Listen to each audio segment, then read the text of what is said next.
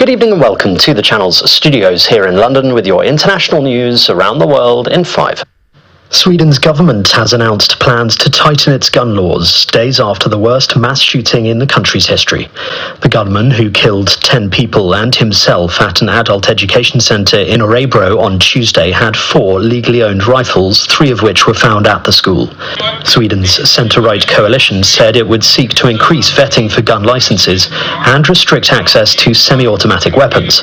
The Sweden Democrats said that it agreed with the proposals to amend the law, including greater restrictions on access to semi-automatic weapons. We believe that the right balance is to roll back the regulation and prohibit that kind of weapon.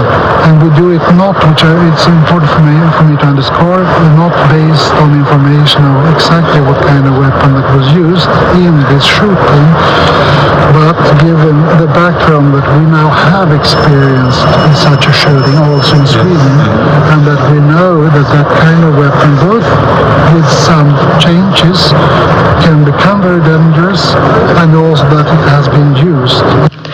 The International Criminal Court has vowed to continue its judicial work after US President Donald Trump signed an order to impose sanctions on its staff. The ICC said it stands firmly by its personnel and the order seeks to harm its independent and impartial work. Mr. Trump's order accuses it of illegitimate and baseless actions after the ICC issued an arrest warrant for Israeli Prime Minister Benjamin Netanyahu over alleged war crimes in Gaza, which Israel denies. The ICC also issued a warrant for a Hamas commander. The ICC is a global court, although the US and Israel are not members, with the power to bring prosecutions for genocide, crimes against humanity, and war crimes. America's Foreign Aid Agency could see its staff slashed from about 10,000 to fewer than 300 globally, as the Trump administration makes major cuts to government spending.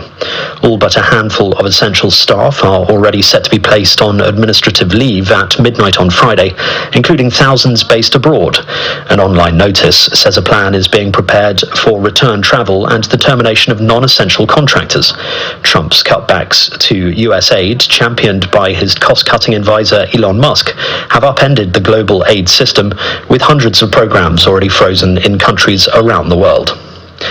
The United Nations Children's Organization has warned that gang rule in Haiti has led to a staggering rise in sexual violence against children. The Caribbean island has been in the grip of violent gangs for several years, who have been treating the population with unrelenting brutality, according to UNICEF. UNICEF said sexual violence against children has increased 1,000% since 2023. The agency estimates 85% of the capital Port-au-Prince is under the control of gangs. More than 1 million children are living in the constant threat of violence. 2 people have been killed and 2 more injured when a small plane crashed in Sao Paulo, according to emergency services. The aircraft came down on the busy Marques de São Vicente Avenue, colliding with a bus on the ground.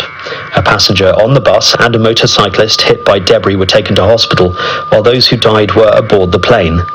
Smoke could be seen rising over Brazil's largest city in the aftermath of the incident. A notorious conman who spent 4 years in a British jail has now been sentenced to 6 years in France for ramming his car into 2 policemen while trying to avoid questioning. Robert Hendy Freegard had moved to a rural area of central France to breed beagles illegally several years ago under a false name. Neighbours had already been suspicious of him before 2 Netflix documentaries highlighted his activities as a conman. Henry Freegard had posed as an MI5 spy to con women and students out of £1 million, but he was released after 4 years when some of his convictions were overturned. And a canal in a suburb of Argentina's capital Buenos Aires has turned bright red, alarming local residents. Pictures and videos show the intensely coloured water flowing into an estuary, the Rio de la Plata, which borders an ecological reserve. Local media reports suggest the colour may have been caused by the dumping of textile dye or by chemical waste from a nearby depot. The Environment Ministry said in a statement that water samples had been taken from the Sarandi Canal to determine the cause of the colour change. And that's your international news around the world in 5. Now back to the channel's studios in Lagos.